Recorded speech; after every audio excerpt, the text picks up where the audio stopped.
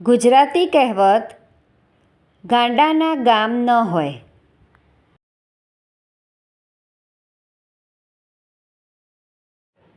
ગાંડાના ગામ ન હોય.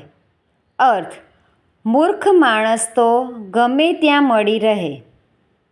વાક્ય: મહેફિલમાં બધા સમજદારીની વાતો કરી રહ્યા હતા, પરંતુ એકાએક કોઈએ ઉલટા સીધા પ્રશ્નો પૂછ્યા, ત્યારે બધાએ મનમાં વિચાર્યું કે ગાંડાના ગામ ન હોય.